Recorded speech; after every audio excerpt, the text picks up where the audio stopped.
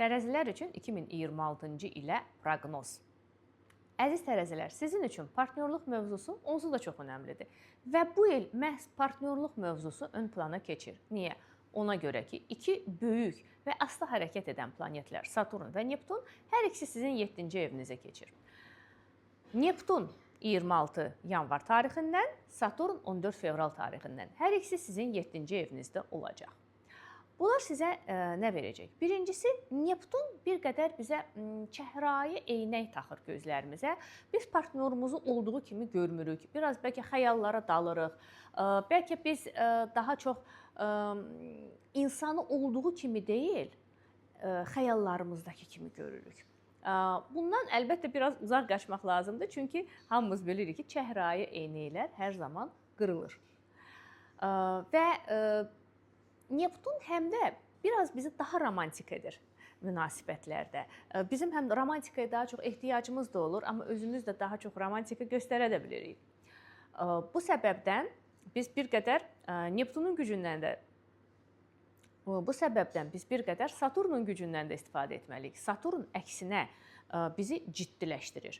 Və əgər siz uzun müddətdir ailəlisinizsə, ola bilsin ki, Saturn münasibətlərdə biraz soyuqluq gətirsin.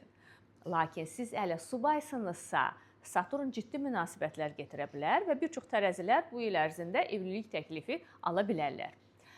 Saturn və Neptun birlikdə 7-ci evə düşərkən həm də bizə məsafə də verə bilər. Yəni, sevdiyimiz insanla, həyat yoldaşımızla biz məsafədə də ola bilərik. Bəlkə ola bilsin ki, kimisə həyat yoldaşı xaricdən iş təklifi alacaq, xarici işləməyə gedəcək və biz bir müddət ərzində bir-birimizdən ayrı qalmalı olacağıq.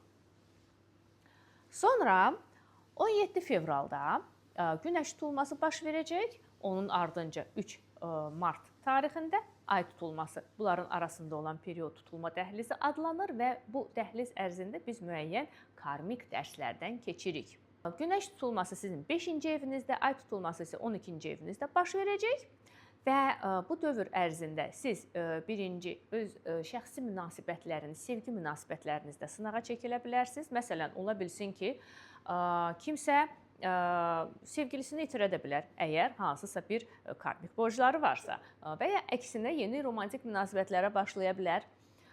5-ci ev həm də bizim evladlarımızdır, amma ümidvaram ki, Allah Taala heç kimi evladları ilə sınağa çəkməz.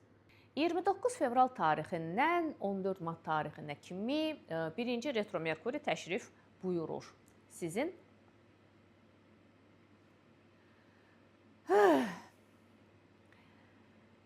26 fevral tarixindən 14 mart tarixinə kimi bu ilin ilk retro Merkurisi təşrif buyurur sizin 6-cı evinizdə. Ona görə bu bizim iş sahəmizdir. Çalışın işdə heç bir səhvlərə yol verməyin. Diqqətli olun. Bəzən ola bilsin ki, sizi köhnə iş yerinizdən yenidən işə çağıra da bilərlər və ya köhnə iş yerlərinizdən, iş yoldaşlarınızdan hansısa bir yeni xəbərlər də ala bilərsiniz bu dövr ərzində. 26 aprel tarixindən Uran retro hərəkətdən çıxır və düz hərəkətə keçir sizin 9-cu evinizdə. Və sizin üçün səyahət və təhsil mövzuları ön plana keçir. Həmçinin dünya görüşü də bu evə aiddir. Urana görə nəsə bir qəfil, gözlənilməz dəyişikliklər baş verə bilər. Məsələn, ola bilsin ki, qəfildən siz dünya görüşünüzü də dəyişə bilərsiniz və daha müasir dünya görüşü əldə edə bilərsiniz. Ola bilsin ki, birdən-birə xaricə köçə bilərsiniz. Çünki xarici mövzuları da 9-cu evdir. Tam özünüz də gözləmədiyiniz halda. Və ya ola bilər ki, məsələn, xaricdə təhsil almağa gedə bilərsiniz və ya bol-bol səyahət də edə bilərsiniz. Xüsusilə hansısa bir ekzotik ölkələrə. Yupiter, uğur və şans planeti hal-hazırda sizin 10-cu evinizdədir, lakin iyun ayının 10-undan keçir sizin 11-ci evinizə. Hal-hazırda sizin üçün karyera perspektivləri çoxdur, yəni daha çox karyera nailiyyətləri əldə edə bilərsiniz, işdə yüksəliş əldə edə bilərsiniz, ya məsələn, öz məqsədlərinizə də çata bilərsiniz. Lakin iyun ayının 10-undan Yupiter sizin 11-ci evinizə keçir və bu böyük kütlə insanlarla bağlı olan bir evdir. Ola bilsin ki, siz tanına bilərsiniz, məşhur ola bilərsiniz. və ya yeni dostlar qazana bilərsiniz özünüzə və ya hansısa bir ictimai qurumlara üzv ola bilərsiniz və bəlkə də hansısa bir qurumu özünüz yarada bilərsiniz. Bəlkə bir klub yaradacaqsınız və bu kluba rəhbərlik edəcəksiniz. Ətrafınızda sizinlə eyni fikirdə olan insanları toplayacaqsınız. Belə bir şanslarınız ola bilər. 29 iyun tarixindən Merkuri retro hərəkətə keçir sizin 10-cu evinizdə.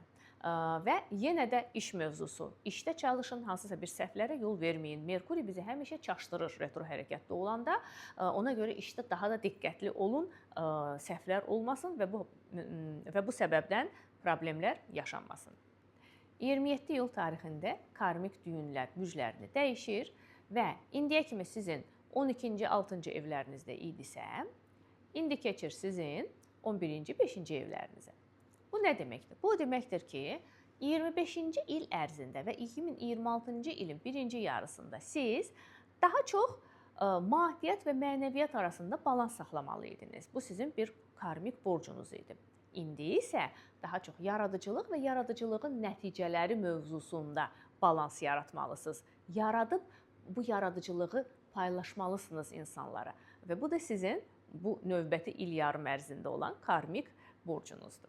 Avqust ayında biz yenidən tutulma dəhlizi yaşayacağıq. 12 avqust günəş tutulması, 28 avqust ay tutulması baş verəcək və bu dövr ərzində siz 11-ci və 6-cı evlər mövzusunda sınağa çəkilə bilərsiniz. Yəni dostlarınızdan və iş mövzusundan.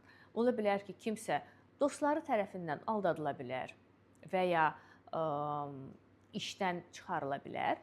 Bu əgər hansısa bir günahlar yaşamısınızsa, əgər yaşamamısınızsa, ola bilsin ki, yeni iş təklifi də əldə edə bilərsiniz, yeni dostlar da əldə edə bilərsiniz. Sentyabrın 14-ü Lilit bizi daha bir sınağa çəkən göstərici bürcünü dəyişir. Sentyabra kimi Lilit sizin 3-cü evinizdən, sentyabrdan sonra 4-cü evinizdən keçəcək. Yəni, sentyabra kimi siz daha çox tanışlıq, yeni məlumatlarla sınağa çəkiləcəksiniz. Həyatınıza gələn bütün məlumatları çox diqqətlə yoxlayın. Bilin ki, səhv məlumatlar da gələ bilər, aldadıla da bilərsiniz, aldanmayın. Sentyabrdan sonra 4-cü ev. Ola bilsin ki, daşınmaz əmlak mövzusunda hansısa belə situasiyalar yaransın və məsələn, birdən-birə hansısa çox sərfəli ev almaq şansı əldə etsəniz belə düşünün. Ola bilsin ki, bu alış-veriş barədə sonra peşman olasınız. Bu ilin son 2 astroloji hadisələri bu retrolardır. Biri retro Merkuri və retro Venera. Retro Merkuri, ilin son retro Merkurisi oktyabrın 24-ü başlayır, noyabrın 13-nə kimi davam edəcək. Retro Venera isə oktyabrın 3-ü başlayıb, noyabrın 14-nə kimi davam edəcək. Bu retrolar sizin 2-ci və 1-ci evlərinizdə baş tutacaq. Retro Merkuri 2-ci evinizdə, retro Venera həm 2, həm 1. Retro Merkuri 2-ci evə düşərkən pul mövzularında hansısa çaşbaşlıq yarada bilər. Yəni, ola bilsin ki, siz hansısa bir səhv, məsələn, kiməsə pul köçürəsiniz. Amma əgər kiminsə sizə borcu varsa, o sizə borcunu qaytara bilər və ya sizin kiməsə borcunuz varsa, o insan borcunu geri tələb eləyə bilər. Retro Venera bizim 1-ci evimizdə olarkən konkret keçmiş sevgililərimiz, keçmiş həyat yoldaşlarımız həyatımıza dönə bilər və müəyyən hansısa təkliflər edə bilər. Razılaşasınız, razılaşmayasınız. Bu artıq sizin öz seçiminizdir. Bu sizin 2026-cı ili olan proqnozunuzdur, əziz tərəzilər.